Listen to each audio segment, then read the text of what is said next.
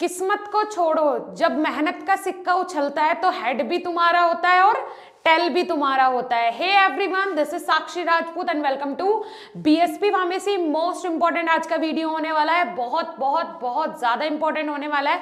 आज मैं आपको सच्चाई बताऊंगी कि जब एग्जामिनर कॉपी चेक करता है तो उसके मन में क्या होता है, किस तरीके से वो कॉपी चेक करता है और कॉपी चेक करने के उसे कितने रुपए मिलते हैं। तो आपकी जब वो कॉपी चेक करता है तो उसका पूरा इंटेंशन क्या होता है, सारी चीजें आज के इस वीडियो में कवर करने वाली हूं।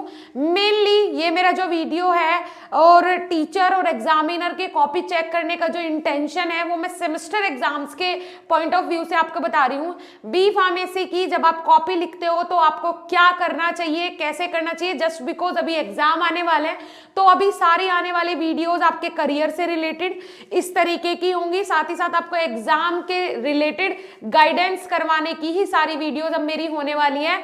सो आपको इतनी गाइडेंस मिल जाएगी हमारे चैनल पे कि बस आपने सिर्फ मेहनत करनी है और जब मेहनत करोगे ना तो फिर उसकी चमक ही अलग होती है। अगर कोई बंदा, एक चीज होती है कि लॉटरी, जैसे हम कोलकाता साइड गए थे तो वहां पे क्या होता है, लॉटरी वगैरह के टिकट का बहुत ज्यादा क्रेज है कि लॉटरी का टिकट ले लो और एक दिन में एक पूरे कोलकाता में एक बंदे की लॉटरी निकलती है जिसका अमाउंट होता है 1 करोड़ रुपए, है ना।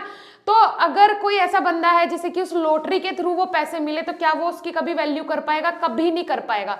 कभी पता ही नहीं चलेगा उसे कि किस तरीके से मेहनत से वो 1 करोड़ रुपए कमाए जाते हैं। लेकिन जो बंदा अपनी मेहनत से, दिन रात की मेहनत से, अपनी समझ से, अपनी सोच से 1 करोड़ रुपए कमाएगा तो क्या कभी वो उसे गंवाने देगा? नहीं, वो 1 के 10 बनाने की हिम्मत रखेगा। लेकिन वो 1 जिसे मिलेंगे वो अपनी लग्जरी लाइफ से फिर से वहीं चला जाएगा। ध्यान से समझना, तो मेहनत पे हमेशा भरोसा रखना। किस्मत की छोड़ दो कि किस्मत क्या करेगी, किस्मत सेकंड पॉइंट पे लेके आओ। मैं मानती हूं किस्मत होती है लेकिन सेकंड पॉइंट पे, पहले पॉइंट पे आपकी मेहनत होती है और मेहनत किस वे में, किस तरीके से आप कर रहे हो वो मोस्ट इंपॉर्टेंट होता है, राइट। सो मेन डिस्कस कर लेते हैं कि भाई जब एग्जामिनर आपकी कॉपी चेक करता है, आप एग्जाम देने जाते हो और उसके बाद जब एग्जामिनर आपकी कॉपी चेक करता है, ठीक है जी। अब सबसे पहले तो ये जानना जरूरी है कि इस कॉपी को हमें लिखना कैसे है, राइट, है ना।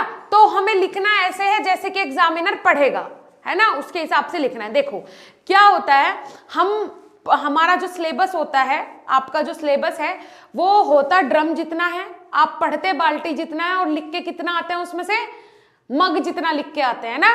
तो वही चीज है सिलेबस, ना तो सिलेबस काम आता, ना आपने जो पढ़ा है वो काम आता, बस जो आपने समझा है वही जब आप एग्जाम में बैठते हो सिर्फ वही काम आता है। सीरियसली जो आपने रटा है, जो डेफिनेशंस आपने पढ़ी है कभी काम नहीं आती।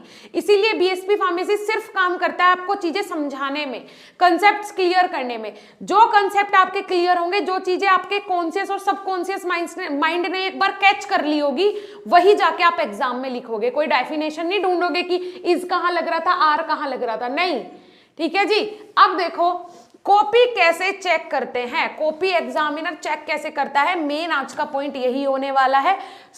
जब एग्जामिनर आपकी कॉपी चेक करता है, ठीक है जी, ये एग्जामिनर है, ये आपकी कॉपी चेक कर रहा है। सबसे पहले तो इसे कम से कम 40 से 50 रुपए मिलते हैं एक कॉपी को चेक करने के, राइट। तो घर से मैंने तो कुछ एग्जामिनर्स का ऐसा भी सुना है, सबकी मैं बात नहीं कर रही हूँ, कभी सब अपने आप को ले ले कि सबकी बात हो रही है, नहीं।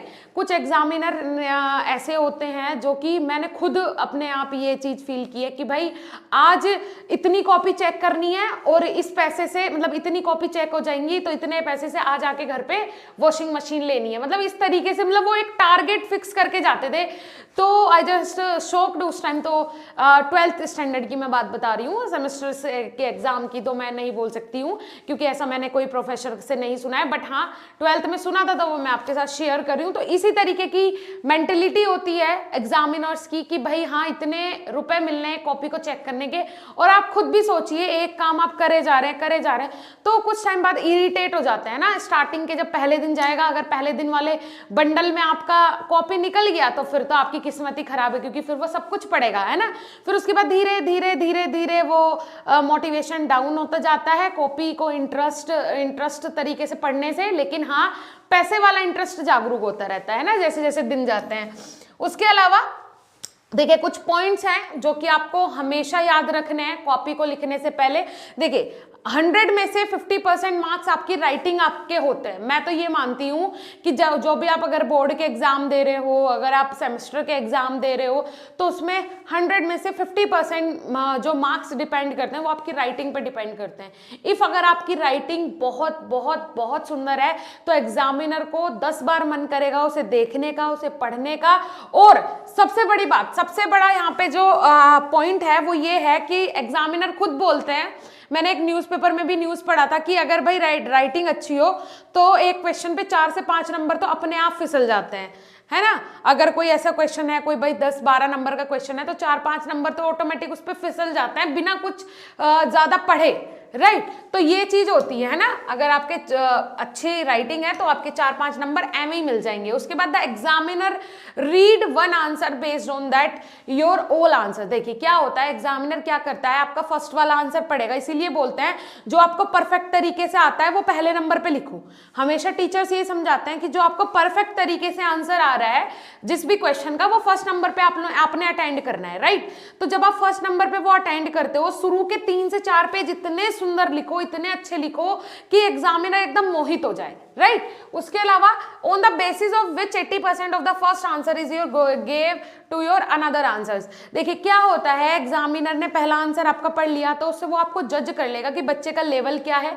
अगर आपने 80% फर्स्ट आंसर में लिखा है तो वो आपको सेकंड में 75% के हिसाब से मार्क्स देगा, नेक्स्ट में 70 के, फिर उसके बाद 65 के, फिर 60 के। इस तरीके से वो आपको आंसर के जो मार्क्स हैं वो दे देगा, डिस्ट्रीब्यूट कर देगा। लेकिन पढ़ेगा, ऐसा नहीं है कि सभी ऐसा करते हैं, नहीं, लेकिन मोस्ट प्रोबेबली ऐसा ही होता है, मोस्टली ऐसा ही होता है, राइट। उसके अलावा decorate your answer copy nicely. आपको अपनी जो आंसर कॉपी है वो बहुत अच्छे से डेकोरेट करनी है। मैं हमेशा बोलती हूँ, और इसका भी ट्यूटोरियल 2 से 3 अभी आने वाले हैं कि कॉपी आपने लिखनी कैसे है, राइट। ये बहुत अच्छी ट्रिक होती है, मैं आपको बताऊंगी। आरजीपीवी यूनिवर्सिटी की अगर मैं बात करूँ भोपाल, तो वहां पे क्या होता है कि 8 क्वेश्चन आए, टोटल पेपर में ही 8 क्वेश्चन आते हैं, 5 आपको अटेम्प्ट करने हैं, ठीक है जी। ऐसे आता है, ना शॉर्ट, ना वेरी शॉर्ट, ना लॉन्ग, नहीं कुछ नहीं, बस 15-15 नंबर के क्वेश्चन आएंगे, 8 क्वेश्चन आएंगे, 5 करने, चॉइस में भी होते हैं 3, ठीक है जी। अब वो आपको डिसाइड करना है कैसे करें, ठीक है। अब 15 नंबर का एक क्वेश्चन है तो लगभग हमें उसमें कम से कम 8 पेज तो लिखने पड़ेंगे, कम से कम लिखने पड़ेंगे भाई। 15 नंबर का क्वेश्चन है तो 8 नंबर वो डिजर्व करता है। 5 क्वेश्चन है आपके, ठीक है, तो 25 पेज तो होने ही होने चाहिए, वरना 30-32 पेज आराम से जो कॉपी होती है आपकी 32 पेज की वो पूरी भर जानी चाहिए, है ना। ये तो डिजर्व करते ही हैं भाई 5 क्वेश्चन, राइट। तो इस हिसाब से क्या होता है कि आपके 5 क्वेश्चन है तो पहला क्वेश्चन 8 पेज में करो, दूसरा क्वेश्चन 8 पेज में करो, तीसरा क्वेश्चन आप 5 पेज में कर सकते हो। फिर उसके अलावा जो नेक्स्ट आएगा 4th क्वेश्चन, वो आप 5 से 5.5 पेज में कर सकते हो। तो इस तरीके से लगभग आपकी 32 पेज की कॉपी फिल हो जानी चाहिए, है ना।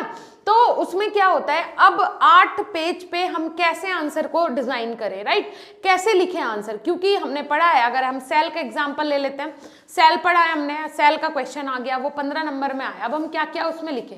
तो अपने माइंड को इस तरीके से मेकअप करना है। एचएपी का पेपर अगर है तो सबसे पहले डायग्राम, हर टॉपिक में डायग्राम बना दो। डायग्राम बना दिया तो आधे नंबर आपके फाइनल हो गए। डायग्राम बना दो, राइटिंग अच्छी रखो, पहले उसी चीज को जो आपने डायग्राम में लिखा है वही फिर थ्योरी में कन्वर्ट कर दो, फिर उसे ही फ्लो चार्ट में कन्वर्ट कर दो। तो कन्वर्जन आपको मैटर एक रहेगा, कन्वर्ट आपने 3 जगह कर दिया। अगर एक पेज एक जो आपने वो डायग्राम बनाया उसकी थोड़ी सी थ्योरी लिखी है और डायग्राम को एक्सप्लेन किया है, वो आपका अगर 2 से 2.5 पेज में आ गया तो फिर 2 से 2.5 पेज में फ्लो चार्ट बना के उसे एक्सप्लेन कर दो, फिर उसके बाद पूरा थियोरटिकल में लिख दो, तो लगभग आपके 8 पेज आराम से कंप्लीट हो जाएंगे। मैटर भी सब कुछ रहेगा, आपने 3 फॉर्मेट में वो डिवाइड भी कर दिया, मार्क्स भी पूरे मिलेंगे। तो ये स्ट्रेटेजी होती है पेपर में लिखने की। सब कुछ आपको मैं प्रेजेंटेशन के थ्रू ये बताने वाली हूँ, नेक्स्ट आने वाली वीडियो में प्रेजेंटेशन के थ्रू बताऊंगी, ठीक है। तो अभी आपने बहुत सारी चीजें कैच की होंगी, और एकेटीयू यूनिवर्सिटी वालों को कैसे 2 नंबर का पेपर लिखना है, फिर 5 नंबर का, फिर 10 नंबर का कैसे करना है वो भी बताऊंगी, ठीक है। अब देखिए, फ्लो चार्ट्स बनाओ, सेंटेंसेस में अपने आंसर को डिवाइड करो। ऐसा नहीं पूरा राम कहानी लिखे जा रहे हो, फुल स्टॉप तक नहीं है, कहीं फुल स्टॉप भी है तो पैराग्राफ्स पे पैराग्राफ्स नहीं, पैराग्राफ्स कोई नहीं पढ़ता है, पैराग्राफ्स देखने में भी अच्छे नहीं लगते हैं। आपने क्या करना है, सेंटेंसेस में डिवाइड करने हैं अपने पॉइंट्स को, सेंटेंसेस में डिवाइड करो, ठीक है। डायग्राम्स जितने हो सके उतने ऐड करो। फर्स्ट सेमेस्टर का जब मेरा एग्जाम था तो मैंने एनालिसिस में, इनऑर्गेनिक केमिस्ट्री में भी बहुत डायग्राम्स बनाए थे। मतलब वो तो डायग्राम्स वाले हैं भी नहीं सब्जेक्ट, लेकिन फिर भी मैंने डायग्राम्स बनाए थे और काफ़ी अच्छा रिजल्ट भी रहा था, है ना। और हमेशा ही फर्स्ट से 8 सेम तक बहुत अच्छा रिजल्ट रहा, बिकॉज स्ट्रेटेजी, एग्जाम में लिखने की स्ट्रेटेजी। आपको सब कुछ आता है, अगर आप पेपर में लिख नहीं पाओगे तो आप 0 पाओगे, आप फेल हो जाओगे, आपकी बैक लग जाएगी। सबसे लास्ट स्ट्रेटेजी होती है लिखने की। देखो मैं ये बोलती हूँ, कोई भी कॉम्पिटेटिव एग्जाम दुनिया का पास करना बहुत आसान है, लेकिन हमें कोचिंग क्यों जाना होता है और कोचिंग जरूरी क्यों होती है? जरूरी इसीलिए होती है कि वो आपको बता सके आपको एमसीक्यू सॉल्व कैसे करने हैं, 1 मिनट में 1 क्वेश्चन, 1 मिनट में 2 क्वेश्चन सॉल्व कैसे करके फेंक देने हैं। आपके सारे कंसेप्ट क्लियर है, बट वो स्ट्रेटेजी, वो ट्रिक आपको कौन बताएगा? वो कोचिंग वाले बताएंगे, राइट। वो सही स्ट्रेटेजी, टाइम मैनेजमेंट कोचिंग वाले बताएंगे। तो इसीलिए कोचिंग्स बहुत इंपॉर्टेंट है, बहुत जरूरी है, ठीक है जी। वहां पे आपको एक्स्ट्रा गाइडेंस दी जाती है और वहीं से स्टूडेंट क्या होता है? टॉपर बनता है, राइट। तो ये सारे पॉइंट्स आई होप आपको क्लियर हो गए होंगे। मेरे हिसाब से कोई भी पॉइंट ऐसा नहीं होगा जो आपको क्लियर नहीं हुआ। एग्जामिनर कैसे कॉपी चेक करता है, उसकी मेंटेलिटी क्या होती है, थिंकिंग क्या होती है, आई होप आपको समझ में आ गया होगा। अगर समझ में आया है फटाफट जाओ, बी फार्म की तैयारी कर रहे हो फटाफट जाओ प्ले स्टोर से BSP pharmacy official app download करो। ऑफिशियल भी हमारा ऐप है, बीएसपी फार्मेसी भी हमारा ऐप है, लेकिन अब जो लाइव क्लासेस होंगी वो बीएसपी फार्मेसी ऑफिशियल पे होगी। तो अगर आप कोई भी कोर्स जाते हो विजिट करने के लिए तो आप ऑफिशियल पे जाओ, वहीं पे जाके ज्वाइन करो, क्योंकि लाइव क्लासेस अब बीएसपी फार्मेसी ऑफिशियल ऐप पे ही कंटिन्यू होगी, राइट। बहुत जल्द यूट्यूब चैनल पे भी लाइव क्लासेस स्टार्ट होने वाली है फ्री ऑफ कॉस्ट, तो चैनल को जरूर सब्सक्राइब कर ले। सीयूईटी से रिलेटेड, बी फार्म के करियर से रिलेटेड अगर कोई भी जानकारी चाहिए हो तो हमारा दूसरा चैनल एसबी फार्मेसी भी जाके जरूर सब्सक्राइब करें। हमें टेलीग्राम पे आप लोग ज्वाइन करें, व्हाट्सएप ग्रुप में ज्वाइन करें जिसकी लिंक नीचे डिस्क्रिप्शन बॉक्स में, टेलीग्राम ग्रुप की लिंक नीचे डिस्क्रिप्शन बॉक्स में, फेसबुक पेज पे जाके फॉलो करें, इंस्टाग्राम पे फॉलो करें, जहां पे हर संडे को टीचर्स लाइव आते हैं और आपके Q&A सेशन आपका करवाया जाता है, आपके क्वेश्चन का आंसर दिया जाता है और आपको लाइव में ज्वाइन भी किया जाता है। आप टीचर से डायरेक्टली बात कर सकते हो, राइट। तो फटाफट जाओ इंस्टाग्राम पे फॉलो करो बीएसपी